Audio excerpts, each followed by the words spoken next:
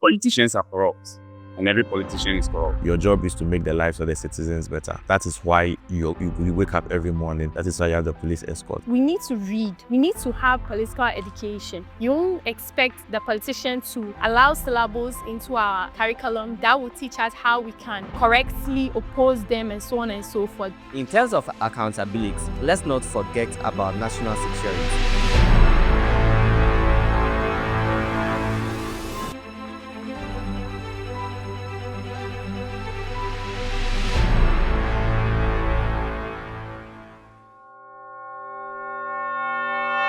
The citizenry has a greater role in making the country better than politicians.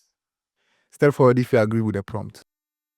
So I think that this is a conversation that I had with someone before. It's where I was telling the person that we can have a workforce of 30 million people, and 30 million people can command so much change compared to the number of leaders that we have. Say, if we are to make a head count of the number of leaders we have, we'll probably have, say, 2 million people leading 30 million people.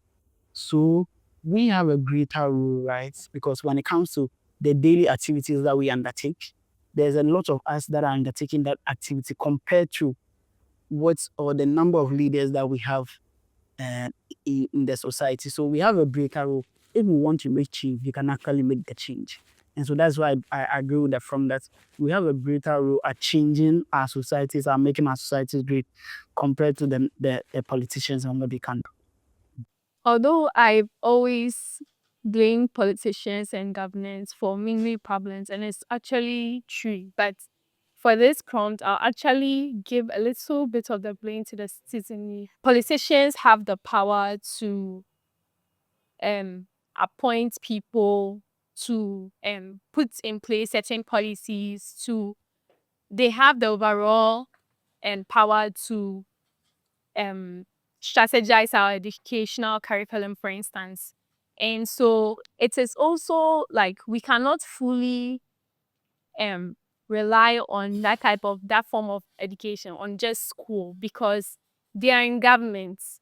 Although they don't have, let's say, they are not necessarily education experts, but at the end of the day, whatever the education experts bring, they will also add theirs. And then they can add propaganda. And then there's so many governments that have used the school system to miseducate the citizenry, the people. So there's so many lies that we've been taught, but we've been, like, for instance, I think it's a lie, but maybe it's open to people's arguments. I think that the greatest lie that we've been told in this country is that we've gotten our independence and the white people were the villains or they were the exploiters, and then so now we are free. Can you disagree? Step forward. All right. So for me, I disagree because one, as a politician, you have been given the mandates by law, the power through our taxes. Like, so financially and also, legally, you have the power to effect all the changes. I cannot get up and change anything in the education or the curriculum as we were mentioning whatsoever. It's a politician who will do that. So the power that politician holds as one person far outweighs the thousands of parents who are mere citizens. So for me, simple as that. If the politician has more power than the budget, then he effectively, even sometimes when we say we don't want this, just because they have the veto, they still go ahead and cut cakes over the last thing we still don't want. So the politicians, they have more power than the citizens. The politicians have more power than citizens, in the sense that citizens represent a majority of the people, but they don't have power. It could be many, but they're so strong. So constitution-wise, it's the constitution gives the politician all the power to set the framework, set designs, create laws for the people. So the people will be playing the role, but they are the one engineering everything. So the politician is playing that greater role to rule, to elect, to appoint people, to manage affairs. So everything goes back to the politician because he is acting. He is the one doing everything. You are just being there, are just doing the minor job. As a politician, his focus is to make sure things work. design SAPs and you just do the work for it. So we played a greater role in politics or in governance. I also feel politicians have a greater power because they've been elected by their citizens to represent them. So let's take a scenario where we have a classroom. The classroom is always dirty. We have a class prefect who has been elected to lead a class. Anytime the teacher comes, the teacher will obviously be angry at the students, but most of the canes or the punishment will go to the class prefect because he has been elected to make sure that the classroom is in order. And that is how I feel it applies generally. You have the resources, you have the taxes, the revenue, the power. You've been given accommodation and everything to make your lives better.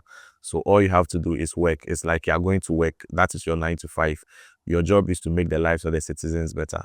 That is why you wake up every morning. That is why you have the police escort. So I feel if you are not doing it, if things are going wrong, before we even blame the citizens, I feel we have to blame the politicians first because they have the power. You have the resources, you have the power, you are living comfortably, you have cars, security, food allowance, electricity, even the ST allowance, some of them they get. And I feel all you have to do is do your work.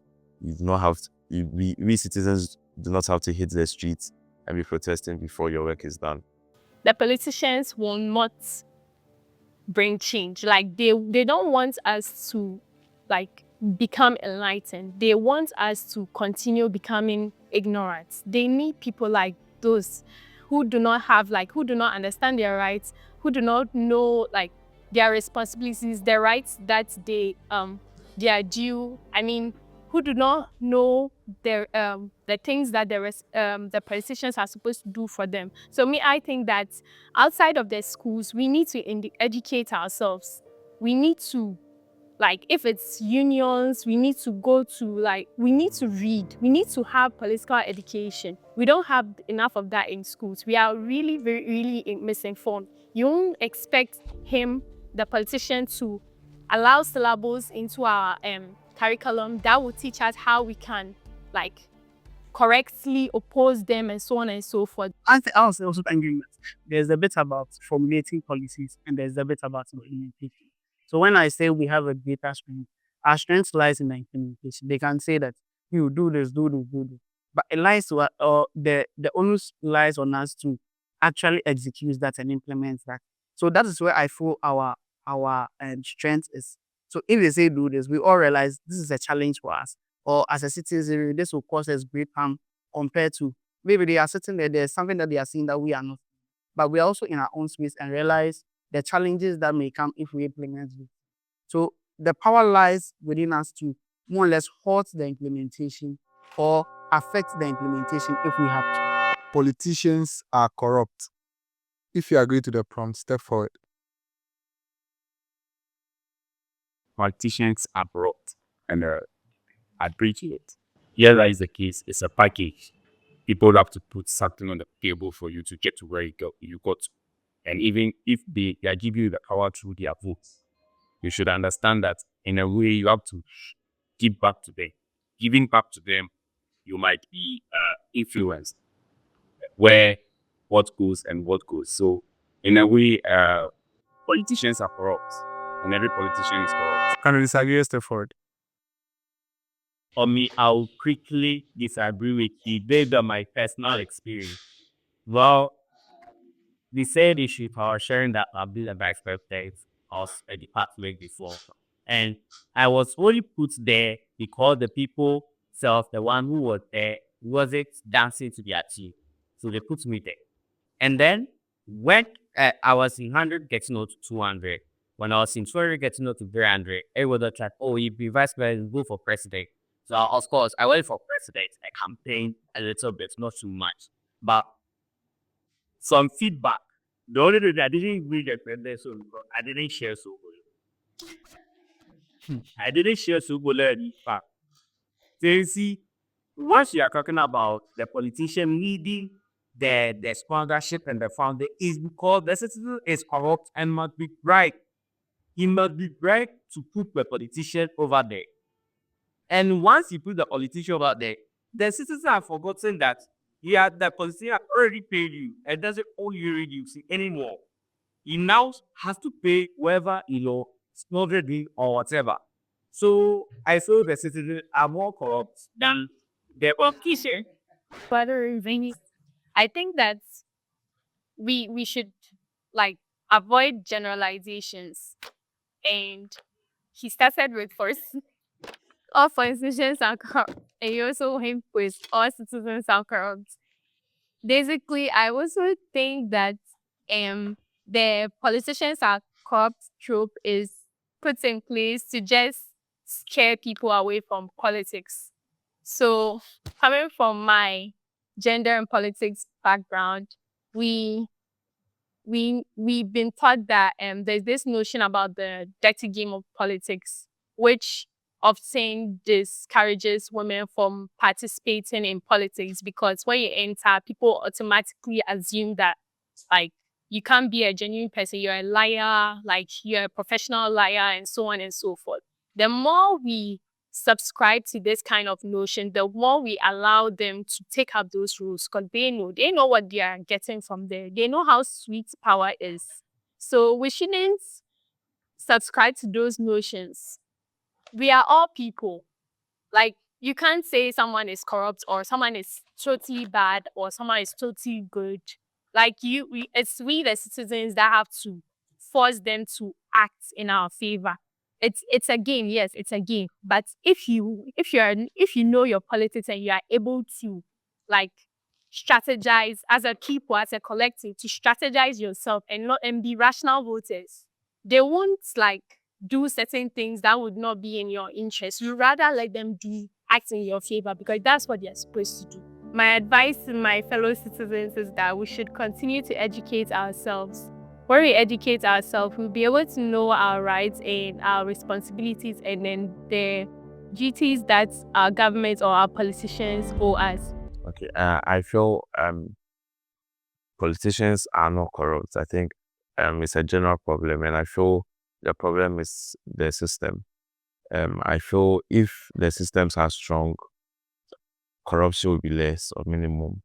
You go to some countries and they have very low crime rate in their country. Not because there are no criminals there, but because there's a system in place. There's a system in place in such a way that even if you leave your phone there and you go and come back, it will still be there and no one will take it. There are criminals there, but no one will take it because there's a system that works. And that's how I feel about the whole game of politics and the citizens. If there's a system in place where if you touch 1 penny from the states, you are jailed. No one, even if you put a citizen there, they won't touch it. If you put a politician there, they won't touch the money. So I feel it is a system that makes people corrupt in the country. And if the systems are fixed, I think the case of corruption will be very, very minimal. I also have a problem with the generalization, right? Again, my conviction is that everybody has the tendency to be corrupt. And like they say, power corrupts. And so for politicians, they have like the utmost power. And so they are easily corruptible. That is my point. But the generalization is where I have a problem. Like Kali is saying, if we have systems, then that systems prevent that tendency. Because again, if you put yourself, to the level of power you have, you may be corrupted. Because the things that you see, the monies that you be open to, the things that you may come there, the deals that may even fall on the tables, where maybe deals that you probably have not seen before in your life. And these are things that can easily lead you to be corrupt. You get it? So if we have systems, the systems will checkmate everybody so that the corruption is reduced or that tendency is reduced. So you will have the tendency, but you have an outlook at the system and you know that, hey, if I get this 10% kickback, I'll probably go to jail. You'd want to choose your freedom over going to jail. And so the generalization is where I have a problem with. I believe that everybody, every human, it's human nature to be corrupt. We all have tendencies to be corrupt. And it's the power that the politicians enjoy that corrupts them. But if we implement a system that will checkmate all of those things, then we wouldn't have the issues of politicians, or that tendency will be reduced. The systems are made by politicians. You understand? They pay the system. So in a way, they check themselves. So the system is there, you still have the side way to it. So the office actually makes you corrupt. That is it, because you don't work alone, you work with people. So the office, the system, the way they design the office or the seat of government or whatever space that politicians occupy, are trying to have people in there, players in there. So it's just like a football match. They pass the ball to you, you have to score the goal. You understand? So in a way, you are corrupt. There's no way you can hide. We have to change our mindset and make sure that the country move forward. In this system of governance, we believe instincts will change, but it's not solely the work of the leaders. The systems are in Ghana, and trust me, if you haven't had a problem with the law, you think they are not there and they are not working, they are working. But see, let's all be honest with ourselves. When you are stopped by a police officer for a traffic infraction, which one would you prefer? To be taken to the traffic court and pay a fine, or to just tip him like some $100 and go up the hook? I've seen people literally beg police officers to take their 100 or like to take a bribe and just let them go. When the police actually insist on, oh no, let's do the right thing. So at the end of the day, who is the proud person? Is it the police taking the 100 cedis or the one insisting on offering it? We forget that there's, like both of you said, good institutions. So we have the principle of checks and balances. So you are not like what you are saying about you are inevitably corrupt because you are in the system. There's how things are supposed to be. There's the checks and balance system and separations of powers. If we are able to implement those principles, I don't think you can sit somewhere and say that you were just there and then the system caught up with you and so on and so forth. Yes, currently our governance is very, very bad. So we need to fix it. It's not like there's nothing we can do, but we need to fix it because there are actually strategies of being able to check corruption, transparency, accountability, and so on and so forth. There are many ways we can fix the system. There should be greater accountability for political failures and broken promises. If you agree to this front, please step forward. I think this has been one of the greatest challenges of our political system, right? Where politicians think they can come tell us anything they want.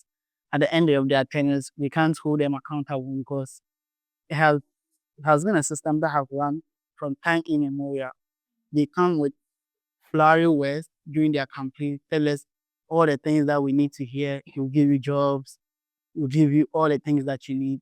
And they come into power, they exhaust their tenure, and at the end of the day, we can't even hold them accountable for all the promises they made us. And so it keeps going, and it's been from governments from back in the day. Everybody can make promises. At the end of the day, we don't hold them to their promises. So I think that if we begin to hold them to those promises, we begin to make them more accountable, then that would be a greater way of stopping some of these lame promises that they make us during the campaign season.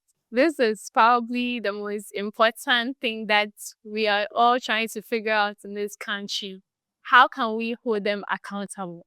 You know, that's a question. So I've also been doing my reading and I chanced across I've been following US politics and I remember that there was in the last 4 years, Ice Cube tried to introduce a certain strategy for the Black community in order to pressure, like to influence both political parties to bring forth policies that could benefit the Black community. And voters have no leverage after elections. So, especially in Ghana, our political power ends after election. That's it. We are done for the next 4 years. So when you hear someone talking about the situation, you'll be like, you wait, next 4 years you see and stuff like that. So we don't know how to utilize our political power. We don't have the political education. If we did, we'll be able to change things. Ice Cube's approach is also something that is called or termed as voter leverage or electoral leverage. He tried to use his community to leverage their votes for political parties, they brought both sides, the Republicans and the Democrats, on board to bring forth their part of their manifesto that seeks to solve the black problem. What would you want to bring to us when we vote you in power? And then the other side too would want to bring their policies, and then the community will look and say, oh, okay, so if we vote for this person, it should be on contract. So they'll sign and say, if we vote you in power, if we give our votes to you, you do this, and this for us.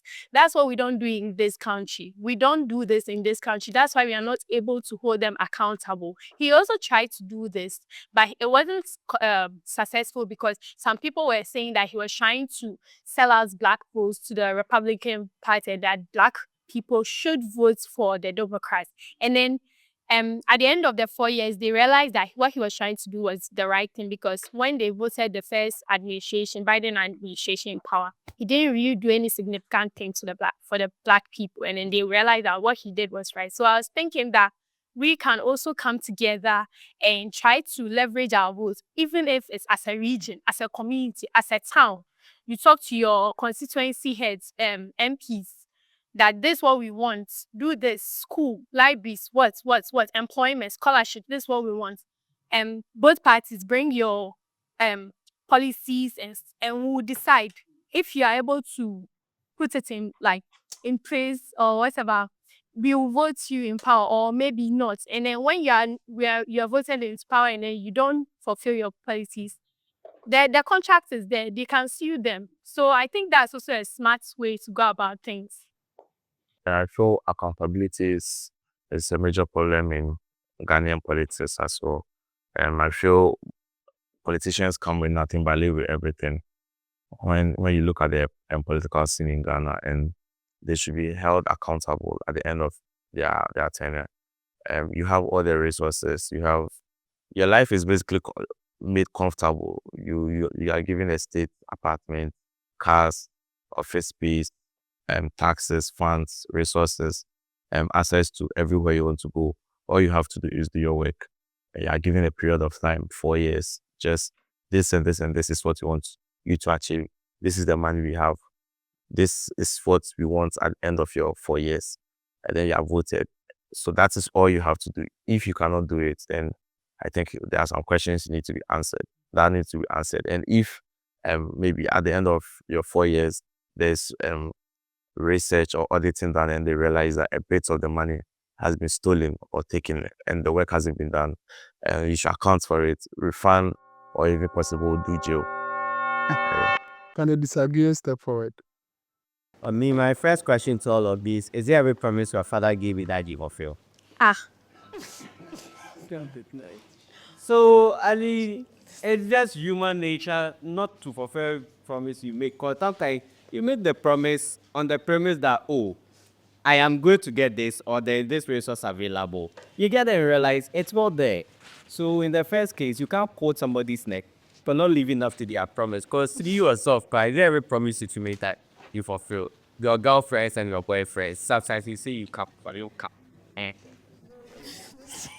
And also, let me also add that in terms of accountability, let's not forget about national security. When everything is made public, every information is made public, it makes the country vulnerable to cyber attacks and other forms of attack from both within and without. So when you are calling for accountability, let us be careful the exact kind of accountability we are calling for. Because, the world is a market of information. You understand? Yes. So for me, that's why I think the people or the citizens should all know what they must know. The rest, for the sake of national security, might be kept secrets. Well, to add up, times and seasons do change. We all know that. So we might be in winter season and we expect winter to take us 6 months or 3 months. Then it's taking us a year and it change. Anything will do happen. So when you are in a position of captors and are controlling stuff, you make protection that I'll build 600 scoops, 700 baskets. With your mindset of this, let's just fund a banking or this package behind you. When you get multi governance and You are there. Something hits you. COVID hits you. Sickness hits you. Pandemics come.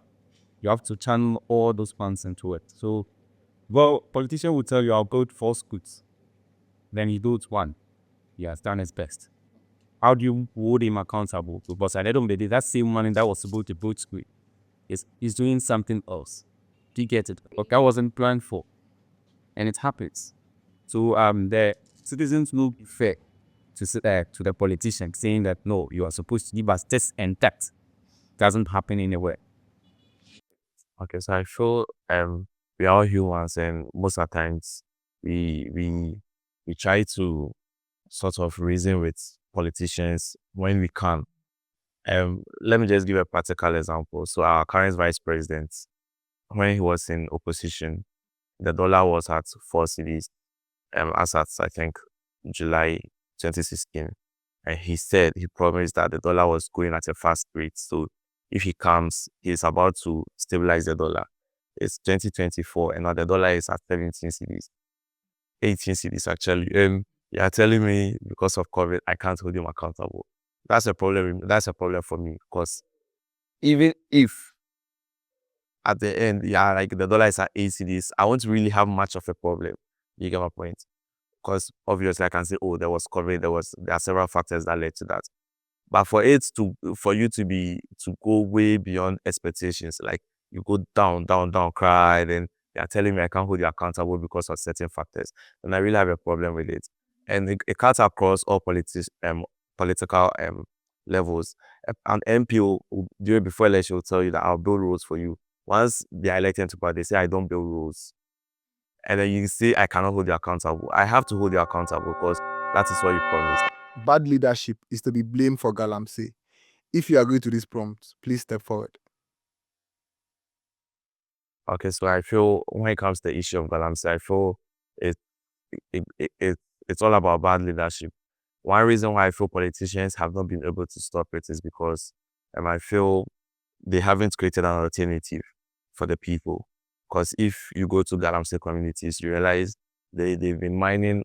There are lots of communities that have been mining since time immemorial, and you go and you see the state of the people, and you realize that the community is not developing. The citizens in the community are not developing.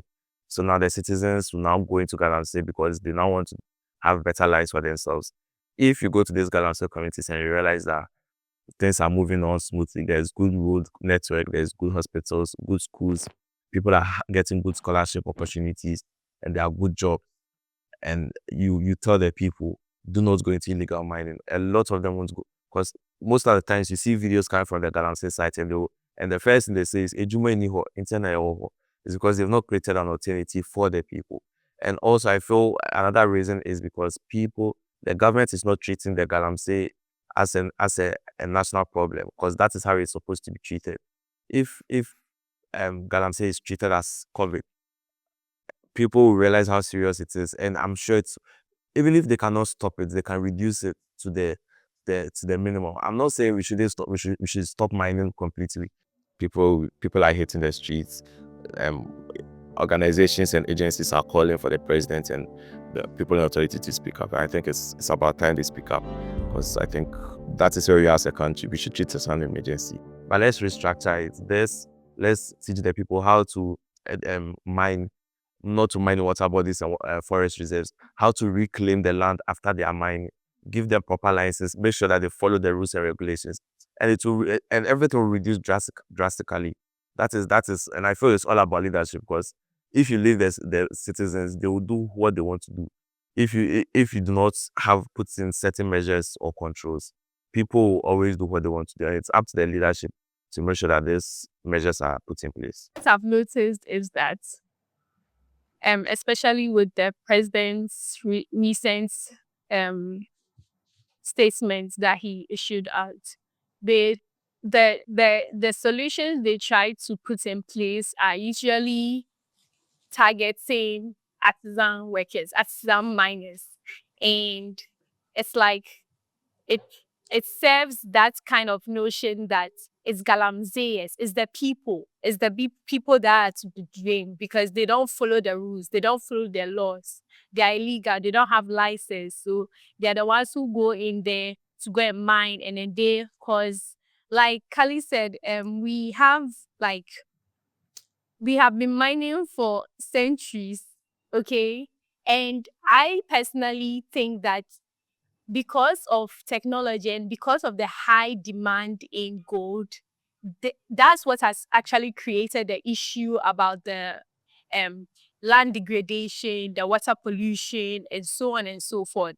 So it's like when we shift towards the notion that it's the galamseyers or the artisan miners that are responsible, we forget that somebody buys the gold. They don't eat gold. They don't know how to melt it. Like, they sell it to the highest bidder. There's someone big who buys it. And they even exploit them because they don't even pay them the gold's worth. Okay, so that's why I actually blame bad leadership, because right now when they are trying to solve this issue, what they do is ban galamsey, and they imprison people who are caught mining, or they ban tractors and those equipment and machinery that they use for the mining. And then they imprison the small boys who just go in there to make a living. And they leave those cartels that the Minister of Information referred to them as. I think they are state officials, because they know where these places are. So these cartels are left alone, and then they also go back and bring new sets of young people to come and mine. So you don't solve the issue because you are complacent. You are responsible. You know that it's your own people that are responsible for what's going on. But you try to create an illusion of change or an illusion of solving the problem by imprisoning the normal civilians who don't have any better thing to do. So I think, yeah, they are responsible. Can I disagree or step forward? So before, when I stood back there, I think that I disagreed vehemently with the prompt. But as they spoke, I more or less saw a line drawn. Right. For me, it goes back to the earlier prompts where we discussed, where I said that the people have some sort of responsibility too. Because if you go to these mining communities where the water is deteriorated, it's the same people who use those waters. They are the immediate users of those waters. But every day, every morning, they go and they muddy these waters, right? And so beyond the leadership, beyond the policies that we may implement, it lies within the people to see the need and to also see the level of distraction that is happening and why there's a need to change. Because you in that community, say in that village where you are mining, you are the one using the water directly, right? For us, maybe in Accra, in other parts of the country, we may have Ghana Water Company refine the water a little. But for you, most often they are in remote areas and they use that water directly. So you see the distraction day in, day out. We, as much as leadership needs to bring, or governance needs to bring policies, we also need to see that, yes, the level of distraction is great and we need to put it to a stop. I mean the caveat that I don't support Galamsey per se. Yeah, but when it comes to who to blame, I won't solely put it on the leadership or bad governance. I'll say it's with the citizenry, because I remember those times when a certain government tried to crack down on Galamseyers. We are the same people who started crying foul. And now the foul has gotten out of hand, and we are now crying for the same government, or like, even though it's a different government now, to come and save us. From what? We called for it. You understand? And as my brother rightly said, the people who are drinking the water immediately are spoiling their own thing. What has the government got to do with it? Besides, the death tolls that are happening, they are happening in the immediate environment, or like to the needed people, and they don't care. You don't care about your next neighbor that you can see and feel and greet and talk to every day. Why should the government, who sits its kilometers or miles away, care about you like that? I think it is greed, avarice, like sales avarice that has entered, the Galamseyers. You understand? The same way we had the Yahoo Yahoo, like there was a term Yahoo Yahoo was a serious issue. This time around, it is GALAMSEY. Yeah, we didn't blame the government. We heard it on the youth. So this one too, it is the youth. There should be checks and balances. So the citizens should check themselves. Because in a way, if most of them, not all the citizens, are doing the GALAMSEY, the ones that are not doing should talk. It's just an attitude of the citizens to just lay back and just look at the leaders to do the work and make sure things are being done. If the leaders send policemen, these military men, to those GALAMSEY sites, what do? They can't sleep there. Citizens live there. Citizens own the land. You get it? So when these citizens own the land and they're giving the land to people to exploit it and make money out of it, in the same way they also make the money benefits them. It's about the leader. It's about the citizens. It's not about leaders, because leaders make policies. They make sure things work. But if it's not working, then we blame the people, because all this while, leader after leader, calamity has been there, and it's getting worse. You blame it on unemployment, no jobs. Jobs haven't, like there's no job since one Nkrumah time. Who keep crying for jobs. Every leader come, I'll give you job. The problem has not been solved. So if people are there and they are greedy, their greediness, their sense of making pushes them into making things and explore the natural resources. It's not good. Because at the end of the day, these citizens are the same people who come back to the areas and come and cry, and they go back there and go and exploit the land. Okay, so I think I kind of disagree with the two of you, because I feel um there have been no jobs since time immemorial. Doesn't mean there shouldn't be jobs created, and you have all the resources to create jobs. The resources and most of these mining communities have not been developed since Kwame Nkrumah's time, and that is why I keep saying that if these communities have been developed since that time, most of them won't be in GALAMSEY, because most of them will have good jobs, good office jobs, or even most of them can even enter agriculture. You are saying it's greed, people giving out their lands to their people. But you as a government official, as a politician, you are supposed, it is your duty to also make sure that the land is protected. If someone gives the land to a terrorist group, are you saying because the person's is the person's land, you are not going to do anything about it? You have to do something about it, because at the end of the day, it affects us all. Obviously, they are the immediate users. They are the people that will get affected first. But that doesn't mean we won't be affected. Because as you can see, as we say, it started a long time ago, right? It's now getting closer to our doorsteps. It is getting closer to Accra. And if you are saying it is because people are being greedy, people are always greedy. It is up to you to make sure that you put them in checks and balance in checks. There are people that say that there are mobbers, they do not have jobs. Are you going to say because they are greedy, we should allow them to keep on robbing people? No, we have to provide alternatives. I feel politicians owe it to the citizens and to do the right thing, because I want to leave my house early morning to be on the streets protesting if everybody is working. If you are providing alternatives, even if they want to go into mining, you have to show them the proper way. And we have at this point, we don't even have the resources or the time to even tell them that we are coming to teach them. We have to put a ban on it for now and restructure everything, and then we continue.